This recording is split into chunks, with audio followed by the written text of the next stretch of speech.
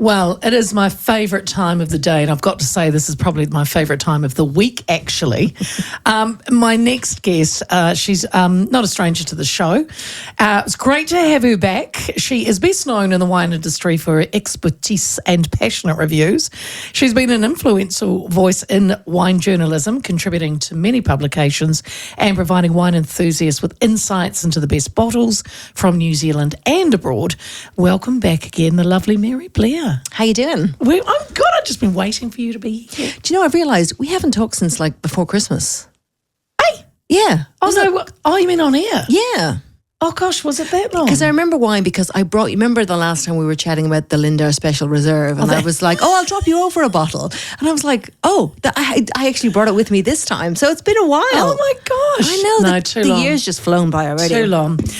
Before we jump into it, the lovely Mary is back from a big trip. Can we talk a little bit about that? Yeah, absolutely. So I was at home in Ireland for my father's 80th birthday, should I say.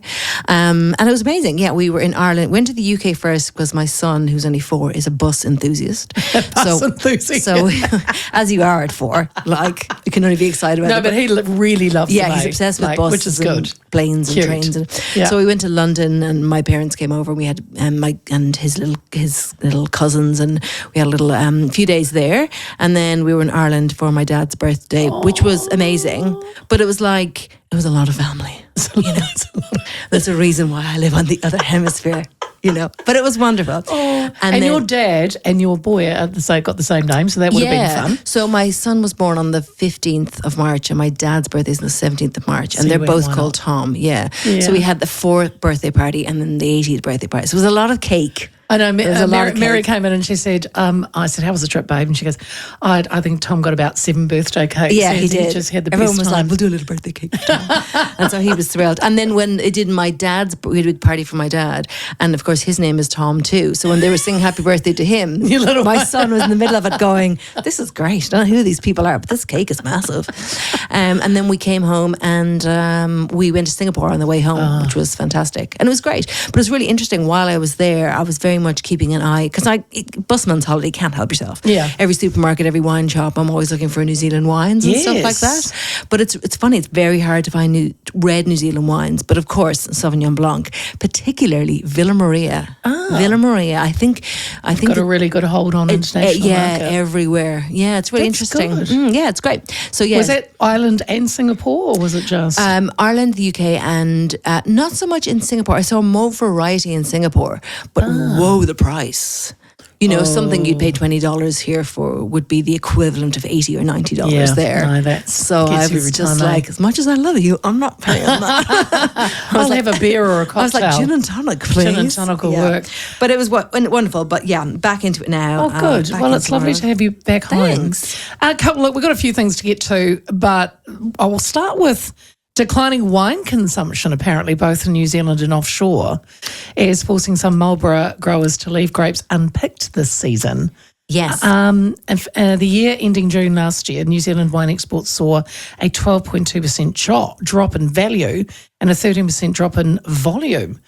Why are we seeing a decline? So we're seeing a decline. Everyone's seeing a decline. It's not just us. Okay. But obviously we're interested in how it affects us. Yeah. But it was funny how when you sent me that link, I was then, talking to somebody at a tasting, and this came up in conversation.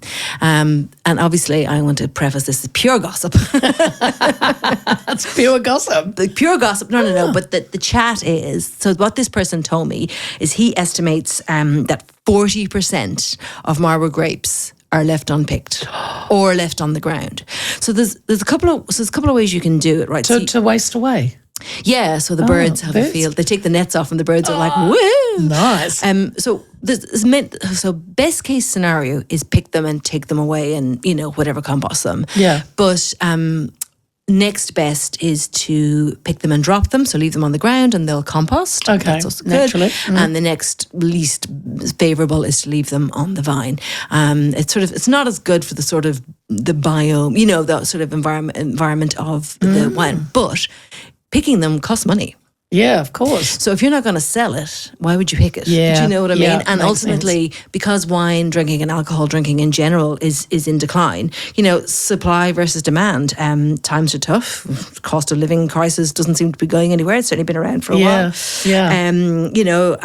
It's the cost of picking grapes is more expensive. So all the costs. So they is literally just leave 40% them. a lot though? Is that one of the biggest? Well, look at this way. So, like I said, the pure gossip is that it's 40%. Right. And that's all in Marlborough. There is also pure gossip that there may be some grapes left on the left in Central Otago too. But again, like I said, this is pure gossip. This is wine gossip. This is literally the chat over the thing. But you have to remember that 77% of what we do is Marlborough Sauvignon Blanc. So it's always going to be the volume from there. Sure. So you got 77% of what we do is Sauvignon Blanc. And then the next biggest one is 5%, Pinot Noir. So it's like there's a so it's always going to be Marlborough Sauvignon Blanc. So people have stock they haven't sold. People, are just doing their predictions and saying, okay, look, if we're not going to sell it, what's the point in putting money, because winemaking is extremely expensive, but putting the money into harvesting it, whether that be with volume or with machines or with people. But I was given some numbers as well. And obviously every year what you have to pick changes because that's a natural product, So last year there was 532. We deal in tons overall, and the year before there was 501. So there's always around that sort of 500. Okay. But Marlborough, that's in New Zealand. So we have approximately 500, tons. Okay. Marlborough is 400 of that 500. Oh my God. So when you think about it, it's not the fault. There's nothing wrong with Marlborough. No, they've just got a lot of it. The most of the volume. Yeah. So of that, God, who knew that? Of that 400 tons that is Marlborough, they reckon there's about 150 tons that's been left on the volume. Sure. Yeah. But when you're talking the volume, so it's not so devastating. This is not to diss Marlborough Sauvignon Blanc. It's literally just saying they make up the volume of what we do. Therefore, the volume of what is left is in Marlborough. Are you still drinking Sauvignon Blanc? Honestly, there's a bit of a cultural cringe. I don't mind a Savvy. I quite like Sauvignon Blanc. I used to like it. I can't do it anymore. I think you've drunk too much of the bad stuff. That's the problem. Our friend Lewis, he won't touch it, the very smell of it. And he's like, because he knows, because he drank too much cheap crap back in the day. I can't do it. But not so much here, but Marlborough Sauvignon Blanc is beloved around the world. Yeah. America in particular love it. And that's a really interesting thing. So we live in very uncertain times, and I'm not going to mention the T word, but the US is a huge market for us. Yeah. Wines there premium wines, New Zealand wines are in growth in America. Right. Over $15. Now, this press release was sent to me a while ago, and I was referring back to it, and I was like, is it that $15 New Zealand or $15 US? But it's actually US. So that's say $26, $27 for us. That's quite a decent. So they have been in growth. The growth in America is about 14%, which is good growth, right? Because we're one of the top 10 countries that supply to America, and we're one of the only ones that are in growth. Yeah. So they love a Marlborough Sauvignon Blanc in America. And as well, to be fair, wineries here do a lot of work in America. I know a lot of wine people who literally get on a plane and go, retailer to retailer to retailer, meeting people, doing dinners. They do the hard yards. Is it true that America is New Zealand's biggest exporter too for our wines? Does the most go to America? Oh, I would have. Yeah, I probably would have thought so. Yeah. So I know you didn't want to. You didn't want to say the T word, but are these tariffs going up? Are they scaring? Well, some of the growers? Apparently the tariffs have now on the back burner again. So it's maybe not. Look, if it happens, there's no question it would have an impact.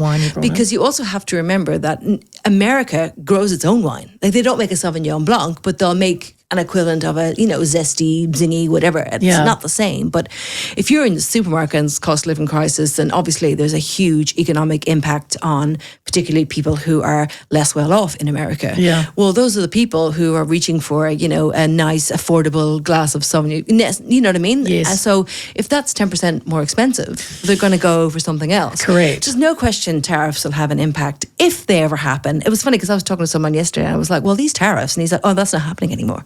I was like, well, clearly I haven't checked my newsfeed since yesterday. Well, he's done a freeze for, was it 90 days or 90? And then who knows? He always who does knows that. what the man's But the doing. export value of New Zealand wine to the US is I've written this down, 787 million. It's 37% of our total export and our 6th largest export good. So it's huge.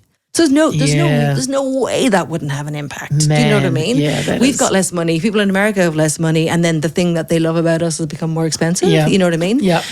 So and also, it's like there's one of the biggest wines in Sauvignon Blancs in New Zealand. Oh, I know in America, New Zealand. I've forgotten it now. That's terrible.